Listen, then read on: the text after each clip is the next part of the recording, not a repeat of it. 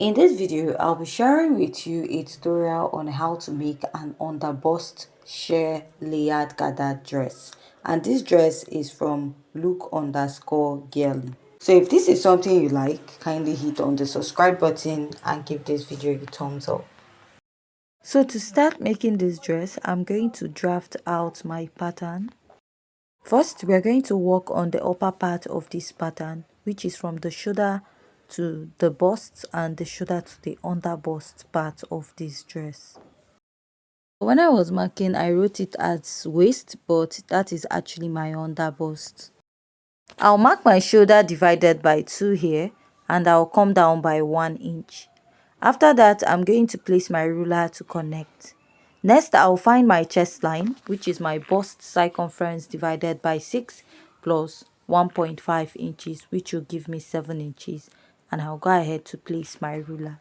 And I'll go ahead to connect. So after this, I'm going to go ahead to place my ruler to draw a straight line.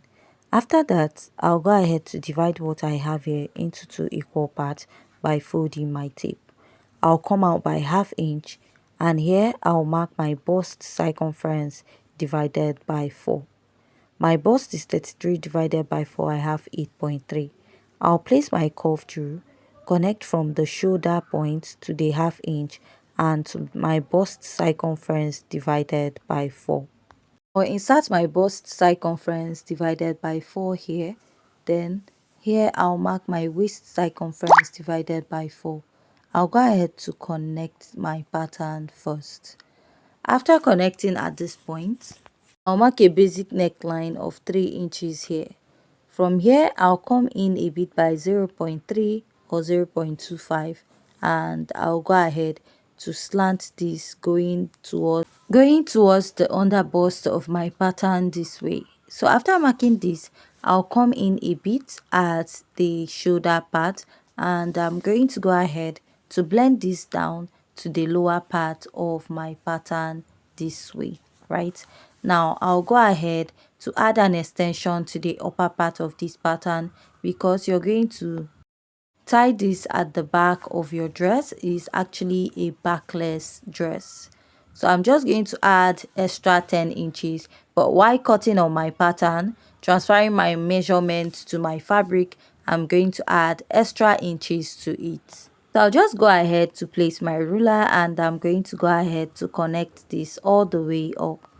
After connecting, I'll just go ahead to cut out my pattern before we go ahead to transfer it to fabric. Now we are also going to cut out the underbust before going ahead to transfer the measurements from the pattern paper to the fabric. After cutting out, I'm just going to go ahead to place my ruler, and I'm going to make a line, which is the slash line. I'll be spreading this to give that pleat at the under bust and to make the upper part of the backless sleeve a bit fuller. So after this, let's go ahead to draft the under bust part. So starting from the under bust to the waist, my shoulder to under bust is 12. I'll place my tape. My shoulder to waist is 17, but I added additional 2 inches to my pattern. Why? If you notice, the lower part of this dress did not stop at the waistline, so you can add additional 2 to 3 inches after your waistline before going ahead to cut this out. Go ahead to cut out the excess, the part I don't need on the pattern paper. Now let's work on the sheer part of this dress. When you're making a sheer dress or a smoked dress, you have to add additional 4 to 5 inches in front of your pattern. This will be the allowance that will help your dress stretch when you sew it with your stretchy thread or smoky thread. So I'm adding additional 4 inches to mine. You can use 4 to 5 inches. Now what I will do is to mark my waist circumference divided by 4 at the upper part of this pattern. Note, I'm using my waist, and here I'm also going to mark my waist circumference divided by 4. So if you're wondering why I'm using my waist, this fabric is still going to reduce in size. Like when you sew it with the smoky thread, the the length might reduce unless you drag it. So if you make it with your underbust, it might not give you that fullness at that part. Now let's transfer our pattern to fabric. So this is the part for the underbust. I added additional 1 inch on top and underneath it. So what I'll do is just to go ahead to fold and also fold here. So I also added extra inches by the side on the main fabric, which I'll fold. So why I'm doing this is that when you want to make a smoky thread, go ahead to like weave out the edges, or you can fold it before sewing on it. So after folding it round, remember you're going to cut this for both the front and the back pattern. You're using the same pattern for both the front and the back. Now what I'll do is to mark a space of 0.75 inches and I'll be connecting it. So it might not be visible to you because of the fabric has like a lot of color on it.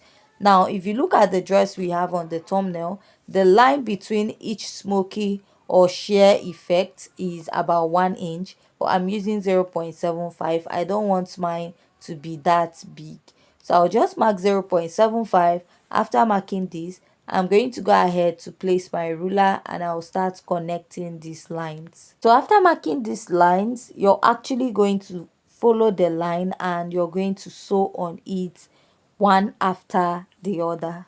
Or you'll be using an elastic or stretchy thread for this, or a smoky thread for the lower part, and use your main thread on top. Now you can go ahead to reel it with your hand to avoid your thread from stretching. So now those lines that we marked, you're going to go ahead to sew on it one after the other. You're going to continue doing this. After sewing, you're also going to sew for the back. Remember, you're using the same pattern for both the front of the underbust to waist side for that of the back. What you're doing to the front now, you also do it to the back. So just go ahead to sew and follow those lines accordingly. So now after I was done sewing, we are moving over to the front. So for the front, I added additional length to the upper part. Now on this part, I placed it like 2 inches apart from each other. Now these 2 inches is not a standard. I just added this because I don't have much bust at the bust area, right? So I don't want something that will be so big on my bust. So what I'll do is to go ahead to fold it round. Now I'm done folding the both sides round, and I will introduce the lower part, which I've already gone ahead to sew. I'll find the midpoint and I'll just use this pin to note the midpoint. Now I will place this on it and I will pin. After pinning, I'm going to go ahead to gather the remaining parts to match up with what I have here. Now remember, if you're a bit busty, you can add more on the upper part of this dress when you're doing your slash and spread. Measure about ½ inch by the side and start pinning, right? That ½ inch, you're going to use it to join to the back pattern of this dress. What you now do is to pleat out the excess to create little pleats at the under bust. Now you're placing the ruched part on top of this, and you're going to go ahead to top stitch on it. After pinning on this side, this is what I have. Now I'm going to repeat the same process on the other side. I'm going to go ahead to leave about ½ inch here, and I'll start pinning this all the way to the other side of this pattern. So I'll just go ahead and pin this, and what I will now do is to go ahead to stitch this, like top stitch it on the sewing machine. After stitching it, I'm going to go ahead to join that of the back. This is what I have already. I'll place the back on it and I'll stitch with ½ inch on both sides. After sewing, I'll place my tape, that is my shoulder to under bust, which is 12. I'll note my shoulder and do -5. Now I'm doing it more like I'm doing an off shoulder dress. -5, that's where I want to have that knot. You can use this -5, -4, or wherever you feel comfortable with.